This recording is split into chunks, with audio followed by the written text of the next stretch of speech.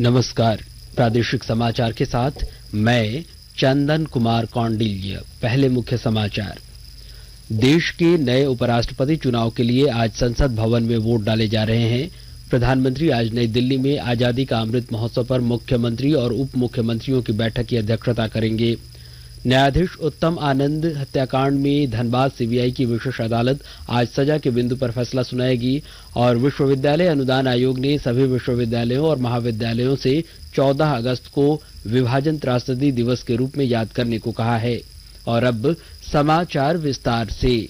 देश के 14वें उपराष्ट्रपति के चुनाव के लिए संसद में मतदान जारी है। मतदान आज सवेरे 10 बजे से शुरू हुआ। ये नए उपराष्ट्रपति के चुनाव के लिए सबसे पहले वोट डालने वालों में प्रधानमंत्री नरेंद्र मोदी शामिल हैं। मतदान शाम 5 बजे तक चलेगा। जगदीप धनखड़ एनडीए के उम्मीदवार हैं, जबकि विपक्ष ने मार्गरेट आल्वा को अपना उम्मीदवार बनाया है। और प्रधानमंत्री नरेंद्र मोदी आजादी का अमृत महोत्सव के उपलक्ष्य में आज नई दिल्ली में मुख्यमंत्रियों और उप मुख्यमंत्रियों की बैठक की अध्यक्षता करेंगे। यह बैठक राष्ट्रपति भवन में शाम 4:30 बजे से होगी। इधर प्रधानमंत्री नरेंद्र मोदी कल नई दिल्ली में राष्ट्रपति भवन सांस्कृतिक केंद्र में नीति आयोग की शासी परिषद की 7वीं बैठक की अध्यक्षता करेंगे। बैठक में केंद्र तथा राज्यों और केंद्र शासित प्रदेशों के बीच सहयोग समन्वय बढ़ाने पर विचार विमर्श होगा। फसल विविधीकरण और तिलहन दलहन तथा अन्य कृषि उत्पादों में आत्मनिर्भरता प्राप्त करने, राष्ट्रीय शिक्षा नीति के कार्यान्वयन और शहरी प्रशासन का विषय भी बैठक के एजेंडे में शामिल है। शासी परिषद प्रत्येक विषय पर कार्य योजना और कार्रवाई योजना को अंतिम रूप देगी। बर्मिंघम में जारी राष्ट्रमंडल खेलों में भारतीय पहलवानों का प्रदर्शन शानदार रहा है। साक्षी मलिक, बजरंग पुनिया और दीपक पुनिया ने कुश्ती स्पर्धाओं में स्वर्ण पदक जीते हैं। राष्ट्रपति द्रौपदी मुर्मू, उपराष्ट्रपति एम वेंकैया नायडू और प्रधानमंत्री नरेंद्र मोदी ने तीनों स्वर्ण पदक विजेताओं को बधाई दी है और आगामी स्पर्धाओं में उनके उज्जवल भविष्य के लिए शुभकामनाएं प्रेषित की हैं। राष्ट्रपति द्रौपदी मुर्मू ने साक्षी मलिक को देश के युवाओं, विशेषकर लड़कियों के लिए रोल मॉडल बताते हुए कहा है कि उन्होंने भारतवासियों का मस्तक गर्व से ऊंचा कर दिया है। उपराष्ट्रपति एम वेंकैया नायडू ने कहा है कि टीम इंडिया राष्ट्रमंडल खेलों में लगातार उत्कृष्ट प्रदर्शन कर रही है और बधाई की पात्र है। वहीं प्रधानमंत्री नरेंद्र मोदी ने राष्ट्रमंडल खेलों में लगातार तीसरी बार शानदार प्रदर्शन करने वाले बजरंग पुनिया की सराहना करते हुए उन्हें लगन और श्रेष्ठता का पर्याय बताया है। श्री मोदी ने देश का नाम रोशन करने के लिए दीपक पुनिया की प्रशंसा की है और आगामी प्रदर्शन के लिए शुभकामनाएं दी हैं। बारिश की कमी के कारण पूरे राज्य में सुखाड़ के हालात बन गए हैं। दुमका जिले में धान की बुआई 0.44% हुई है, जबकि संथाल परगना के बाकी 5 जिलों में भी इस बार धान की बुआई नहीं के बराबर हुई है। किसान और विभिन्न संगठन भी दुमका सहित पूरे संथाल परगना को सुखाड़ क्षेत्र घोषित कर तुरंत राहत कार्य शुरू करने की मांग कर रहे हैं। एक रिपोर्ट।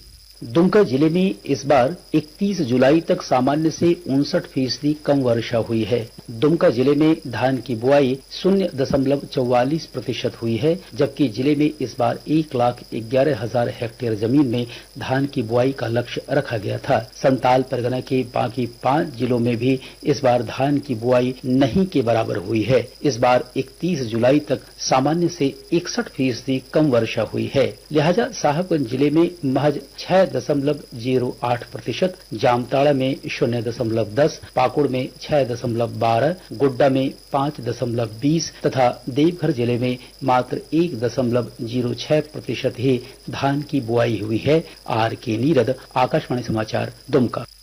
वहीं गिरिडीह जिले में 88,000 हेक्टेयर भूमि पर धान रोपनी का लक्ष्य था, जिसके विरुद्ध 2.5% धान रोपनी हुई है।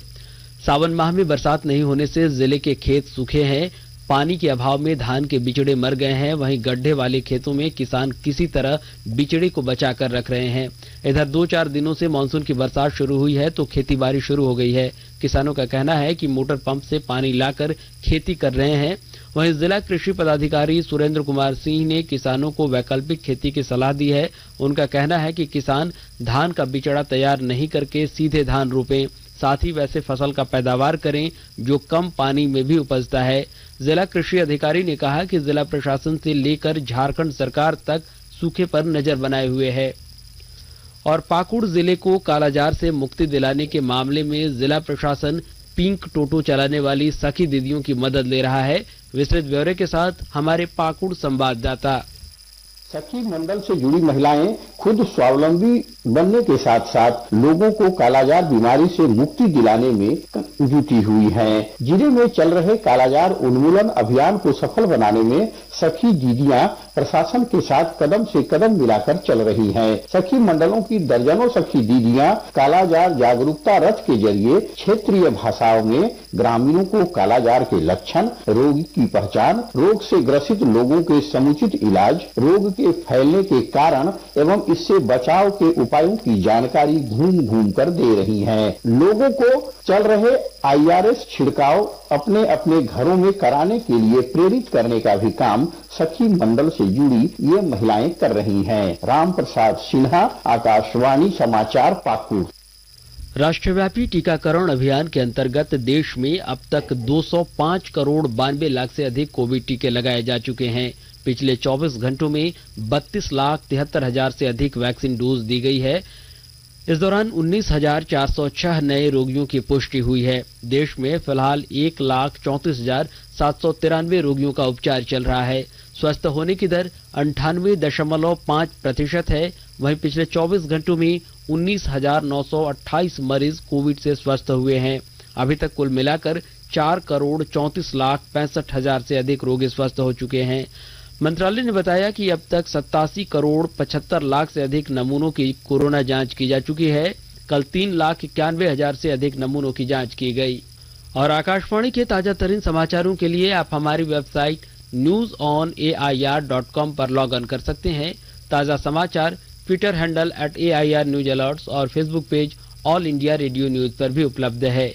आप प्रादेशिक समाचार एकांश के ट्विटर हैंडल @AIR news_रांची और फेसबुक पेज, इंस्टाग्राम पेज और YouTube channel AIR news Ranchi पर भी हमारे बुलेटिन सुन सकते हैं। प्रादेशिक समाचार आप आकाशवाणी रांची से सुन रहे हैं और अब पेश है कोरोना से बचाव के कुछ संदेश। कोविड-19 से बचाव और सुरक्षित रहने के 3 उपाय। मास्क लगाएं, 2 गज दूरी है जरूरी, सुरक्षित दूरी रखें, हाथ और मुंह साफ रखें।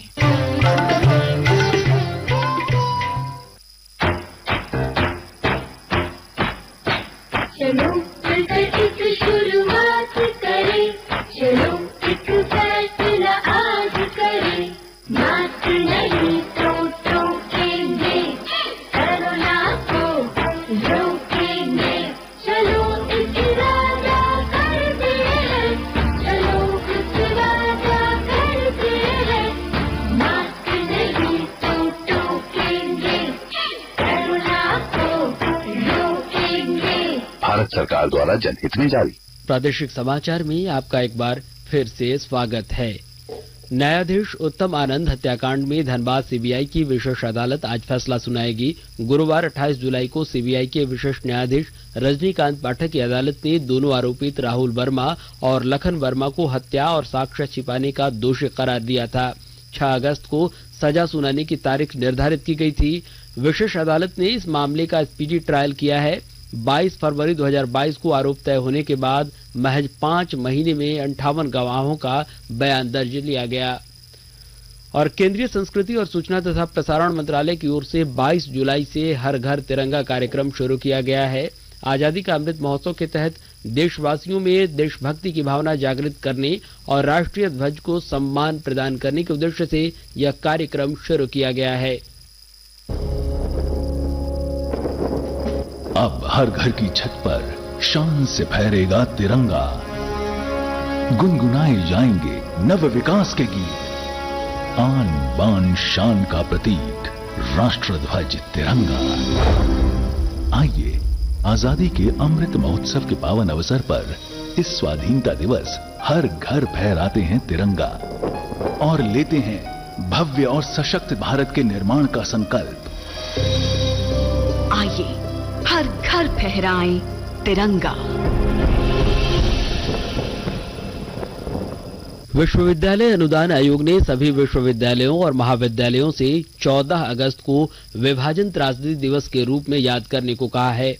इस दिवस पर 1947 के विभाजन के दौरान लाखों लोगों की यातनाओं और बलिदान पर कार्यक्रम और संगोष्ठियों का आयोजन करने को कहा गया है। विश्वविद्यालय अनुदान आयोग के अध्यक्ष प्रोफेसर एम जगदीश कुमार ने कहा कि विद्यार्थियों, शिक्षकों और अन्य कर्मचारियों को बड़ी संख्या में इन कार्यक्रमों में भाग लेने के लिए प्रोत्साहित करना जरूरी है। प्रधानमंत्री नरेंद्र मोदी ने पिछले वर्ष घोषणा की थी कि 14 अगस्त का दिन लाखों लोगों की पीड़ा और यातना को याद करते हुए विभाजन त्रासदी दिवस के रूप में आयोजित किया जाएगा। और धनबाद स्थित IIT ISM का 41वां दीक्षांत समारोह 13 और 14 अगस्त को पेनमैन ऑडिटोरियम में आयोजित किया जाएगा। 13 को झारखंड के राज्यपाल रमेश बैस कार्यक्रम के मुख्य अतिथि होंगे। इन 2 दिनों में 2 सत्र 2019-20 और 2020-21 के 3637 छात्रों को डिग्री मिलेगी। 114 छात्रों को गोल्ड मेडल और 19 छात्रों को सिल्वर मेडल भी मिलेगा। प्रबंधन ने दोनों सत्र के लिए मेडल पाने वाले छात्र छात्राओं की सूची जारी कर दी है। इधर धनबाद में IIT ISM का नेरसा कैंपस स्किल सेंटर और रिसर्च पार्क बनेगा। IIT के निदेशक प्रोफेसर राजीव शेखर ने प्रेस वार्ता में बताया कि ISM के इस दूसरे कैंपस में रिसर्च के साथ ही प्रतिभाओं को तराशने का काम होगा। उन्होंने कहा कि यहाँ एक आर्टिफिशियल माइंस भी बनाया जाएगा। यह एक तरह से वास्तविक अंडरग्राउंड खदान की तरह ही होगा। छात्र और प्रोफेसर पहले यहाँ सभी मानकों को परखेंगे, प्रयोग करेंगे। इसके बाद असली माइंस में प्रयोग या शोध पर काम होगा। इधर बीते दिनों जारी हुई रैंकिंग में IIT को परसेप्शन में कम अंक मिलने पर निदेशक ने इसमें सुधार करने की बात कही। सावन के अंतिम सोमवारी के मौके पर कोडरमा में आयोजित होने वाले कांवर पदयात्रा को लेकर तैयारियां पूरी कर ली गई हैं। हालांकि सबसे बड़ी समस्या पानी की है। इस बार बारिश कम होने के कारण झरना कुंड धाम स्थित उत्तर वाहिनी नदी में पानी काफी कम है, जिसमें जिला प्रशासन की ओर से टैंकर के जरिए पानी का भराव किया जाएगा ताकि यहां आने वाले श्रद्धालुओं को परेशानी न हो। पदयात्रा में तकरीबन 1 लाख श्रद्धालु हर साल झरना कुंड धाम से पवित्र जल का उठाव कर 15 किलोमीटर की पदयात्रा के बाद ध्वजाधारी पहाड़ी पर बसे भगवान शिव का जलाभिषेक करते हैं। SP कुमार गौरव ने भीड़ को नियंत्रित करने के अलावा कांवर पदयात्रा को लेकर समिति के द्वारा की जा रही तैयारियों की समीक्षा की और झरना कुंड धाम का स्थल निरीक्षण किया।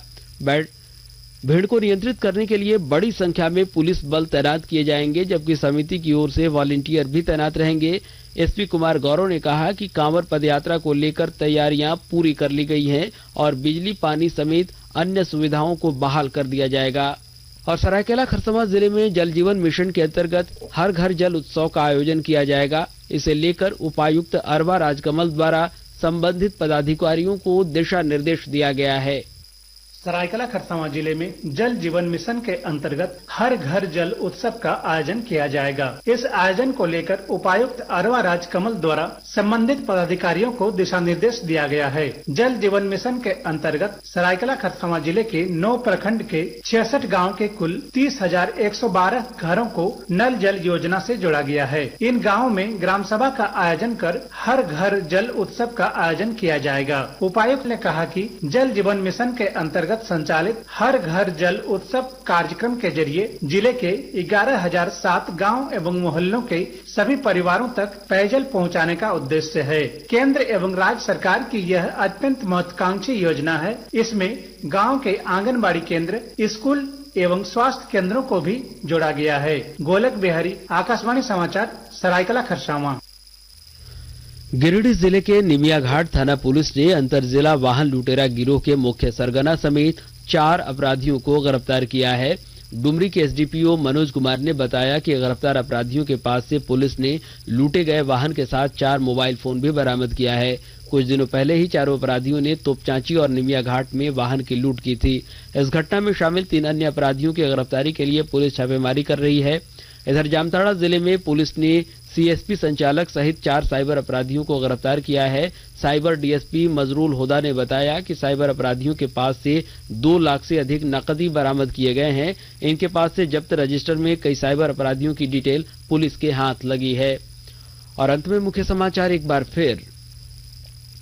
देश के नए उपराष्ट्रपति चुनाव के लिए आज संसद भवन में वोट डाले जा रहे हैं। प्रधानमंत्री आज नई दिल्ली में आजादी का अमृत महोत्सव पर मुख्यमंत्री और उप मुख्यमंत्रियों की बैठक की अध्यक्षता करेंगे।